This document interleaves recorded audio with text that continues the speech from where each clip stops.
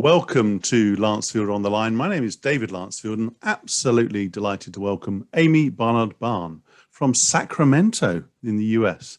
Amii is a C-suite coach, an author, a speaker focused on accelerating the success of legal and compliance executives. You've been in the C-suite, of course, yourself, holding senior roles at Fortune 50 companies, McKesson and Allianz, and you're the author of a brilliant and beautiful book called the PI Guidebook, How the Promotability Index Can Help You Get Ahead in Your Career. Congratulations for that. And Amii, you're a commercially astute, creative global citizen, and I'm really, really looking forward to this conversation. Well, thank you so much for inviting me, David. I'm very happy to be here. Great. So we're going to talk about, obviously, promotability, which I know is, of course, much more than getting promoted. But Yes. we'll crack through that one. We're going to talk about, obviously, transitions, progression in role, leadership roles, inclusion. I know that's a topic you've been involved in. And also perhaps a little bit about yourself. This is Lancefield on the Line. I'd like to take risks. So that's the overall themes. But obviously in your work, you're talking with and working with C-suite executives all the time about that acceleration in terms of their success. Just paint the picture just for our audience. What are the big themes that are coming across right now? Right now with the pandemic, there's a lot, and the intensity is increased for everyone in terms of the pace of change. And then I think it also depends on whether you're fortunate to be one of the winners of the pandemic in terms of your business is growing and it's presented an opportunity for scaling, or if you're barely surviving and you're on the bad end of the supply chain and you can't get product, or you're having to furlough or RIF. So first I would categorize my clients into one of those two groups because it really makes a difference, and it doesn't make the problem quite polarized, right? Yeah, and it doesn't make the problems easier, I would say. Interestingly, even when you're doing well, the problems can be quite severe, actually. But there's more hope when you're doing well. And that makes a big difference for morale, and I think for how your mindset approaches the problem. So I'd say everyone's dealing with turnover of key employees. I'd be remiss not to mention that. I think 20 million people have quit since April. At least, and I can't recall if that's figures in the United States or not, and a recent Microsoft study said another 40% are thinking of quitting.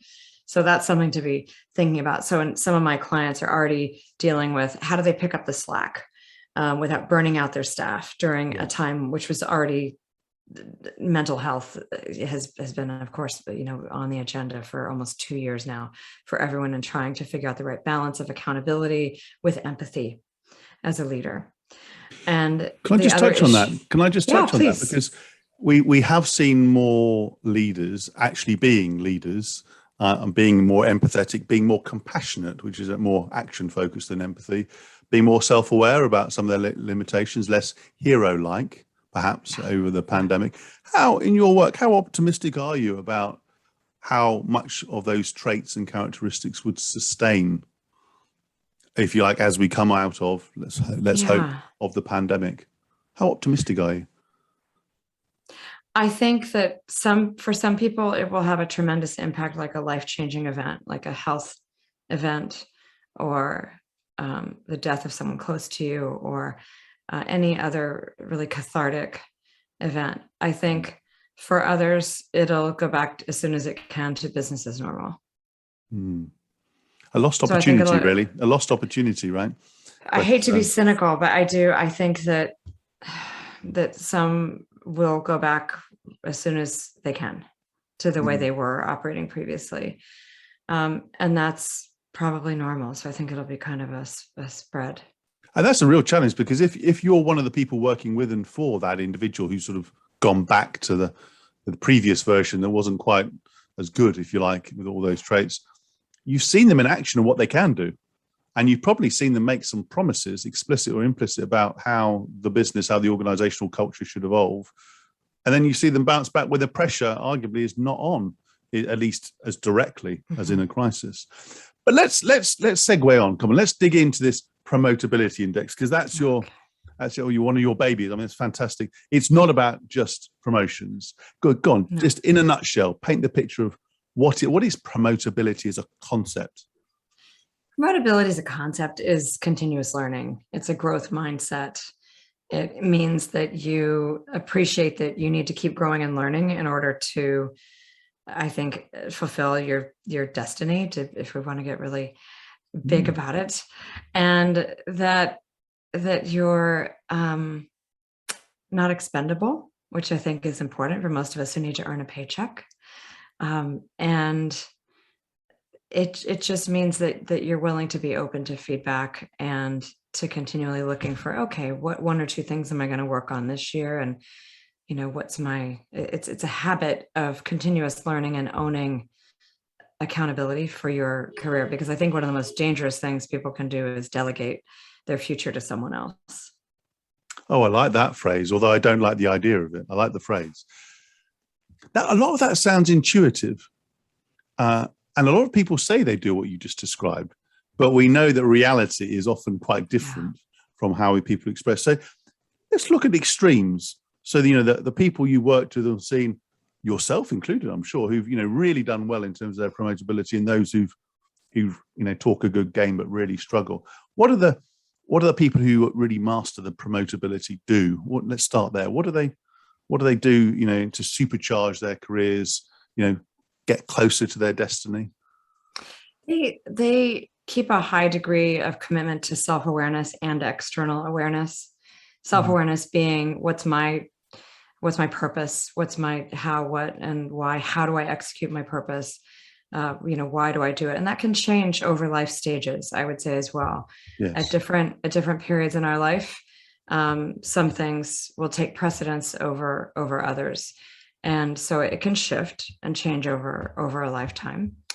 And then on the other end of the spectrum, I would say, I see complacency.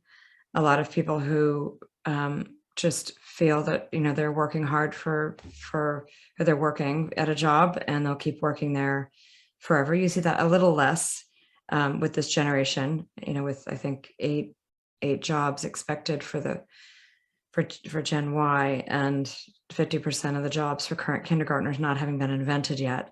So that's quite an interesting thing to think about. And I worry about the opposite too, about people not staying at a job long enough to eat what they've cooked. And to, that's some of my advice when I'm guest lecturing or talking to, 20, 30 somethings is, 3 to 5 years is really a good period, a healthy period of time, in my opinion, to be at a job so that you can get enough feedback, can hopefully lead some important projects and make some mistakes and have some wins as well, and kind of just see what you're good at and what interests you and that kind of thing. So I think that's great advice, because I've seen, and quite regularly, people who hop from job to job, particularly in the early careers, and they sort of collect badges of roles and companies. And then you ask the question, as you have, what's your impact been? And then you get descriptions of activities. It's like, well, that's not the question. The question is, what's your impact? And it's much harder to describe impact than activities in terms of the results, the outcomes that they've been at least contributed to or been associated with. And I've also seen the complacency in it, and it comes as a shock when something big happens corporately, an acquisition, a merger within the organization, or even actually I've seen, without being too depressing, because that's not my intentional style, I've seen people who stay too long. Yes. And then they look back and they have that sort of regret, and it's too late. And it takes a big, catalytic shock to really get them going again. So, so how do you, when somebody comes to you and says, look, I want to accelerate my career, I'm an ambitious person, I want to accelerate, as you say, my success. Where do you start? I know everyone's different, but where do you typically start on that journey? I start by knowing their values, preferences, and motivators. Knowing someone's motivation and what interests them is absolutely foundational to then getting to the other issues. Because, and then the second, method I would say is getting feedback. I coach corporate executives. And Yes. so they're sponsored by their organizations who believe in them and they think they're great and they know they can do even better with support. And so we get feedback on how they're showing up, which is the external awareness piece of promotability of the 5 key elements. That's the first one, self-awareness. The second one is external awareness, because even though you may know what you're doing, how that shows up to other people, you may not be aware of how you're being experienced. Or how that's come across. I'm sure you and I can think of many personal examples where we thought, I didn't mean it that way. Why are they taking that way? And so it's I don't know important. what you're talking about, actually, Amy. No, of course, no. I'm just falling into that trap. No, of course I do. Of course I do. Many times. So it can help there are things you can do on your own to draw that out, and I train my clients to do that after our engagement's concluded. And then I share a bunch in my books that not everyone can afford a coach, which is one of the reasons I created the assessment and wrote the book, because I think everyone should have access to their best self if they're willing to do the work. If they're willing to do the work, I've tried to make it simple, but not easy. It's not easy. Some of the simplest questions and steps are really hard to answer. A lot of people get tangled up in complicated questions. Or how often, David, do you know what you should do, but somehow it just keeps getting put off, or something else, on a daily basis, if not hourly. Sometimes. Same here. I call it productive procrastination. It's still something on my list, but I like that phrase as well. The big thing on it's one of the biggest, I think, sneaky things sneaky devils out there, which is productive procrastination, where you can legitimately say, well, I must get this done, whether it's an article or helping someone out or responding to a favor or something your kid needs, whatever it is. But if you really are honest with yourself, you really need to prioritize this one thing, and somehow it just you're getting all the other stuff done, but not the one thing. And that's something that we look at too, when I'm coaching, is there's usually a fear surrounding that. And It's really important to notice when that's happening real time and say, okay, I'm going to force myself to sit and meditate on this for a second. What is it that I've already identified this is my number one thing I really should be doing today, or this week, or this month, or this quarter. Why am I not getting on it? And usually there's some fear, some negative self-talk, or or maybe you need some help, and maybe you actually aren't completely equipped to do it, and you haven't sat down to figure that out. So I feel as I'm being coached at the moment, and I'm now ruminating on various examples throughout the day.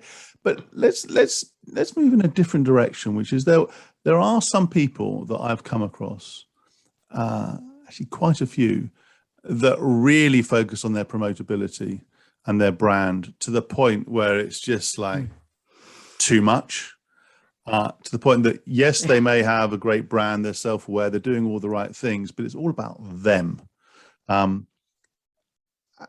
Is it just me? Have you seen people who sort of do too much? And how do you temper it if that's the case?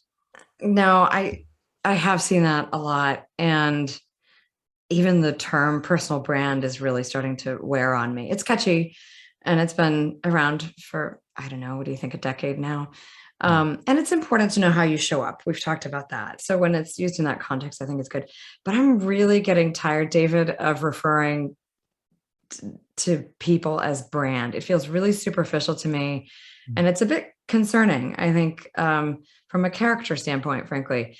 When I reach for a brand of cereal in the morning, I expect it to be pretty much the same every day, right?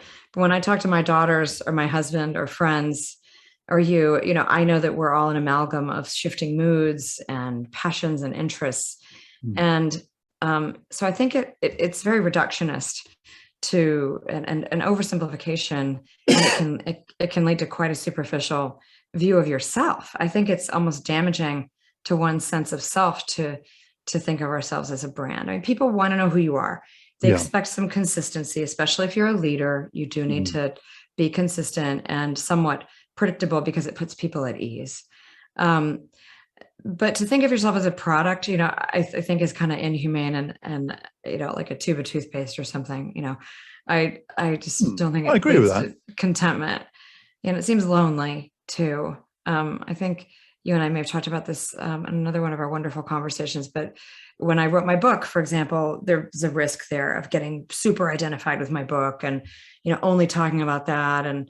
And I read something really helpful because I was a little bit worried about that. It actually delayed me from writing for a while.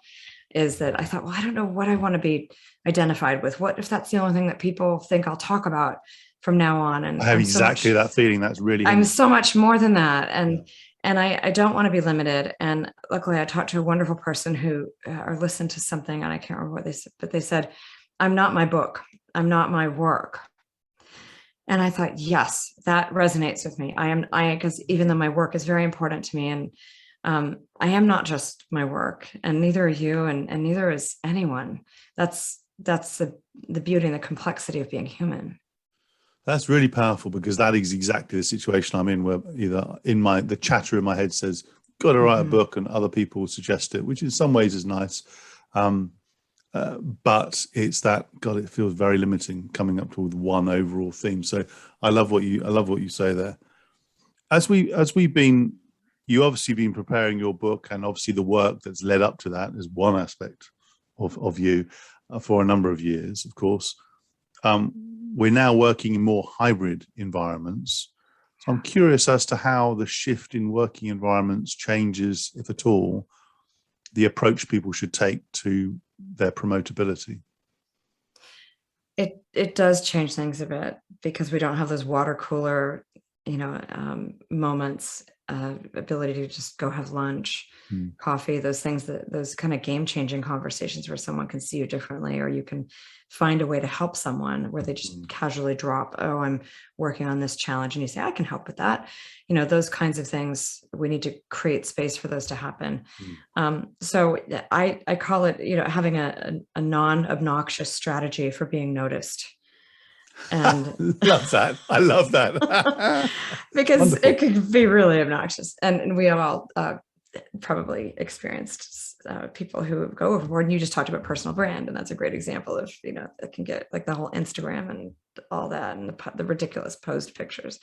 But you do need to work a little harder, when you're only on Zoom, and when you're not. And my teams that were global, my clients that were global, already had this problem. I just wrote an article on this because I realized, all of my global clients, have already dealt with not being at home office. On the executive, I have several clients who are on the executive leadership team, but they're based in Singapore for good reasons, or talent reasons and that kind of thing. But the home office is in Indiana, or it's in New York, and with travel restrictions, they can't do what they used to do. They used to have a strategy of every 3 months, I'm going to go back to home office. I'm going to spend an entire week. I'm going to, really dig deep in the relationships, but they haven't been able to do that. So we've come up with strategies virtually around that. And I realized all those learnings and good habits that a lot of global leaders had gotten into would be very helpful for companies who were just shell-shocked and had always been used to, especially my Silicon Valley clients, who have done everything they can to make everyone live full time at the office, whether it's ping pong or kombucha on tap, and cold brew coffee and all of that. I mean, there really was all of that, and they had fantastic snacks that I would fill a bag before coming home for my kids. So it's very different now, and so I'd say having a strategy. Well, give us an example, perhaps, of one of the, you mentioned, Yeah. an example of one of those strategies. I'd say, for example, you should, if you haven't already, have a conversation with your boss around, hey, on a scale of 1 to 5, how's our communication going? 5 being top notch, couldn't get any better. It's the right cadence, right level of information, right frequency. I'm escalating the right things to you, as opposed to things that you think are something I should just be handling on my own. So that's one thing. And then keeping that cadence. Is it email? Is it phone? Is it Zoom? Some managers and people really appreciate a break from the visual pressure of Zoom.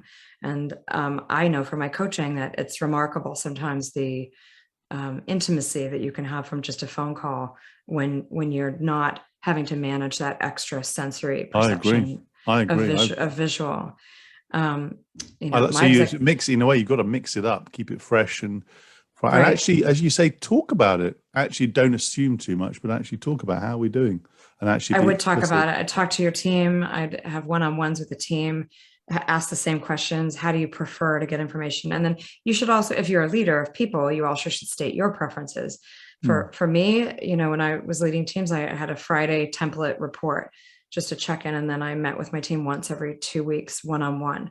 So people knew that they could give me updates via email, and I tried to keep it real simple, one page, but it was a standard format. And so we had a team norm around this, and it gets easier once you have a team habit and you know what's expected. And then everything else that required a discussion, it made our time together much more valuable because they knew they had it. They knew they had my time. Yes. And they knew that they had another way to tell me stuff that was just transactional or just FYI, that didn't need a conversation. Yeah, I like that. So when you have one, So when Sorry. you have a conversation, it's higher quality and more meaningful Exactly. rather than just talking. Yeah.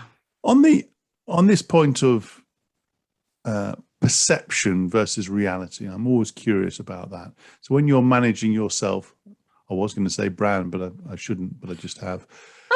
There's always this sort of not obviously lying, but there is something about promoting yourself in a way, and how much that is always backed up with reality in terms of the substance. So there's some people who play the game, play the politics, and actually they get so wrapped into whatever process it is, a development process, a promotion process, succession planning, whatever it is, to the point where actually they lose the focus on actually doing the job really well.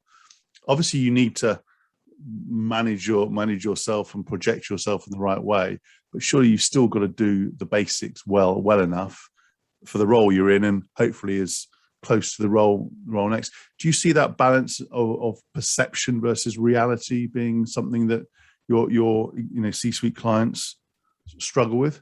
Some get just focused on the job and don't worry about perception. Others really focus on their overall image and forget. I do see a range, and the CEO sets the tone.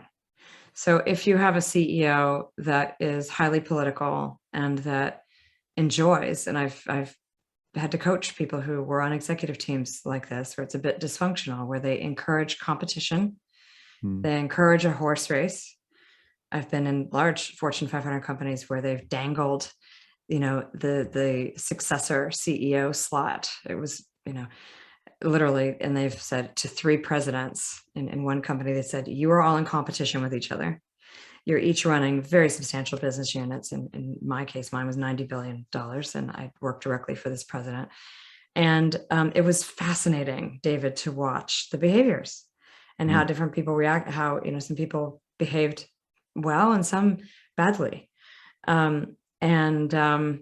It's interesting. So I think that a CEO can set the tone for how, what's a team norm for behavior?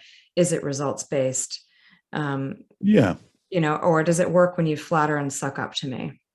Yeah, I like that. Because everyone's watching. And so if that works, and if that's the kind of culture that you want, you're going to get that, and you're going to get more of a perception based, culture versus a results based. And it really spins out across the organization in terms of the mirroring sort of behaviors. So what about when you get to I'm now going to talk about progression and promotion, right? Just that sort of that flight.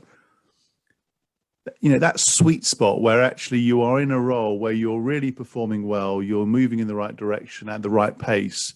I've seen people who have been in that space, and they've been rewarded financially, they've been rewarded with the plaudits, and it's worked really well. I've seen others who've raced through the promotion levels and then got to the next one and frankly really struggled because they've promoted themselves and been promoted too quickly. How do you help people find that sweet spot where you are at the right stage and actually for your capability and your performance? 360s can be very helpful to calibrate, which as you probably know is where you get feedback up, down, and across in terms of how you're doing on a set of variables, usually tied to the particular business strategy and culture and other variables. I think that what I find, and I educate some of my clients on, is that the peer group is often underestimated, and your peers' perceptions of how well you're doing is usually, I think, quite a good indicator of whether you'll be successful in the next role. That's a great point. Because people usually over-index on their boss and their direct reports if they're responsible for a team, because being a leader is a huge responsibility and privilege. So understandably, you do need to spend a lot of time there. But peers are tricky because peers often are our competitor group. And we've been taught either in business school or in law school or wherever you went that you're competing for the A. There can only be so many A's and you want one of them. And, so you look around and whoever's in the classroom, only 10 of you are going to get it. So there's a risk there. And, what I've worked with some executives on who may have unwittingly picked up some bad habits that are competitive and are sending off those signals is that, at a certain point, number one, your peer could become your boss. So it's a good idea to be careful with how you, be a little more diplomatic about how you disagree. Or I'm not saying don't express your opinion or don't debate a very important topic. You should, but there are ways to do it that are more open-minded and respectful, and there are ways that are not. And we've certainly seen a huge lack of civility at the top. At least in the United States lately, and that's been quite discouraging for me in terms of setting a good example of diplomacy and that kind of work. So I would say that peers would actually be an interesting indicator of whether someone's getting over promoted too fast, because you need to be supported when you're promoted. You have to work cross-functionally. We all know that if we have a good remit, we're not accomplishing anything alone. If you've got and if you're leading change management or an initiative, you need those people to support you. So you don't want them to, you don't want to walk over to someone's desk and have them say, and turn their chair back around on you. So I think that's a great point. And I think they are a group that's missed out in those assessments, and people involved sort of, as you say, think they're competitors. So they need to, I look at them quite closely. Yeah. I get some of the best feedback from my clients from the peer group. Yeah, that's great. From the most helpful, and especially if it's someone with whom they don't get along well. Yes. Gosh, I'm now digging back into my memory. No, let's not go there. But let's go back into a little bit of your past, because you have been and are a fantastic advocate, and one of your first roles, which we've talked about, was lobbying for the passage of the Americans with Disability Act, which is something I'm personally pleased for, although obviously it's a different country, but it's a cause, as you know, I'm passionate about and personally invested in. And that's one example, there are others. What have you learned in those environments that are not directly business related, that have informed how you operate, both as in previous life and as a corporate executive and now as a coach, in terms of advocacy and, if you like, promotability, if you like? Mm-hmm. Well, it was a wonderful experience seeing how to influence power at a very high systemic level, literally changing the law.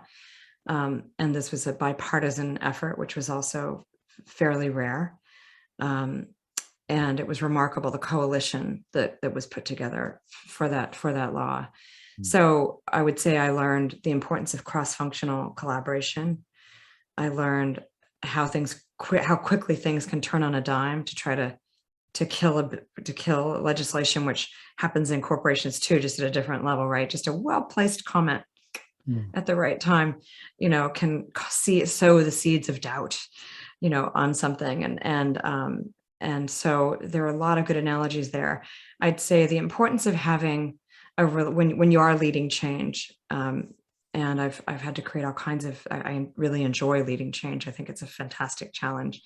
And the importance of having a relatable story for others that hooks them and inspires them to look through your telescope, basically, is a remarkable skill that I hopefully continue to hone and, teach my leaders as well, and help them and see how they can do it, because every system is different.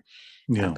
But piecing that apart, and then just, on a personal level, really closely being able to see the diversity of human experience, and my passion is really around removing obstacles. I mean, if I really had to just say, what do you think your purpose is here? I would say, well, I think it's to remove obstacles for people. And that means, working one-on-one or in large systems or with executive teams on kind of medium-sized systems. I enjoy it all. So that's a great frame. And I love that clarity.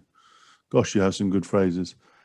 You also looked at the position of women on boards, and you testified, as an advocate on the successful passage of the California and Washington state's first laws in the US requiring corporate boards to include women. Again, fantastic.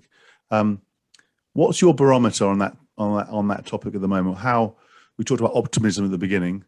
There's a lot of work right around greater representation, greater inclusion, greater belonging of women across organizations, but especially on the boards. How if you had time with an open-minded CEO or chair of a large corporate who had the mindset you described earlier, what would you advise? I'm going to say him. Actually, it could be her as well, but it's more likely him. Probably him, right? That's the reality. Given your experience as an advocate and testifying and your experience, and I'm focusing on action. I'm a big fan of action when it comes to this and other things. What would you advise him to do? I'd look at the business strategy and I'd compare that with the board composition, and I'd have a talent matrix that included every area we need. I've done board succession planning as a CHRO and at other companies, and been a board liaison for succession. And usually look at what's the business strategy. Do we plan to expand? Are we in real estate? Where are we going? So you want to cover your bases, around legal and regulatory risk, around financial acumen, those kinds of things. And I think that diversity is a part of that mix too. When women make up 51% of the population and 57% of college enrollment, and they're primary financial decision makers of purchases in many households, if you don't have women on your board, you're leaving talent on the table. And I don't know how that's a good business strategy. Yeah, very well said. When you're talking about product development, and I could give you multiple examples of friends of mine who've been on boards who have suggested products that men had not even thought of, and they had to actually fight to have it. I had one in particular where she had to fight to have the product put on. It wound up being the top seller when they finally listened to her 3 years later. Because they weren't thinking like a woman. They didn't have a woman's needs, frankly. And there are several fashion brands that didn't have women on their boards, including Chanel, by the way, and what's the other one? Estee Lauder. Wow. And who's buying their products? Well, a large proportion of the products, as you say. Wow. Yeah. I love that integration and focus on business strategy. I love that focus. It needs to be. It needs to be a part of it. I got all kinds of detractors around. Oh, we're going to have unqualified. This is going to open the door for unqualified people to be on the board. And it's like, no, there's so many qualified people. That would never happen. We would never allow that to happen. No one should ever allow that. That's a lazy argument, isn't it? That's a really lazy argument. Gosh, I feel angry at hearing that. But let's, as we draw to a close, let's just delve a little bit deeper as to you, because we've gone back in terms of some of your previous roles, and obviously, and your role. A very simple question to close with, which I'm sure it's not. Then, of course, it's not. I'm being cheeky. It'd be sort of, if you had to look at Amii as 100-year-old person, beyond which I hope to, David. Beyond 100 at some point. What would you've talked about removing obstacles, so you can't use that one. You've used that one already. What would 100-year-old Amii be most proud of in terms of your overall achievements and impact in life? I would have to say, actually, being a mom and my daughters, and finding a way to, in my own way, really have it all, which is not easy. I've had a loving, supportive family, and I've also had a full creative and intellectual life and a career, and it's really not easy. And there's a wonderful HBR article out that I just sent to a couple of clients. You really can't do it without having a supportive partner. So, and Ruth Bader Ginsburg, one of my sheroes, and someone who I was fortunate enough to meet and speak with back when I was at Georgetown and as a young lawyer, before she was on the Supreme Court, she always credited Marty Ginsburg, who was a professor at Georgetown Law where I was. And she always credited with him with being the reason for her success. He did all the cooking. They took turns on their careers, and so I think that having a supportive partner is really key. And I'm grateful for that. That's wonderful. That's absolutely wonderful. Wow, that's taken my breath away. We could talk for some more, but we won't, because brevity and succinctness is beautiful. So that's been a wonderful, stimulating, enriching conversation. We covered a lot of ground. Lots of practical tips, great phrases, lots of challenge. And I mean, if you are somebody looking to accelerate their success, whether it is legal and compliance executives or more broadly executives, wow, this has been packed full of magic and wisdom. Thank you, Amii, for a fantastic conversation. Where can people find out more about you and your fine work? Thank you. They can go to my website at barnard-bahn.com. And it has a dedicated page for the Promotability Index assessment, which is free. And so there's no excuse for not taking it. I'm told it's inspirational and enlightening, and it gets people to think. And it's even more powerful if you share it with your boss and ask them if they agree. Leads to wonderful conversations around your career path and what you're interested in and where you could go. And then I have lots of other free leadership resources on there. And then I welcome for people to connect with me on LinkedIn. Wonderful. Yeah, your site is fantastic. Your creative flair comes out, and I would leave that teaser for people to go and see it. It really is. Thank you. It hits you right in the face, and it's wonderful. But I won't say any more. That was another edition of Lancefield on the Line. If you've enjoyed it, please do listen to other interviews and watch them too, and do subscribe so you get alerted to the new interviews as they come through. Amii, thanks again. Thank you, David. Thanks so much for inviting me. Pleasure. Thank you, everyone, for listening.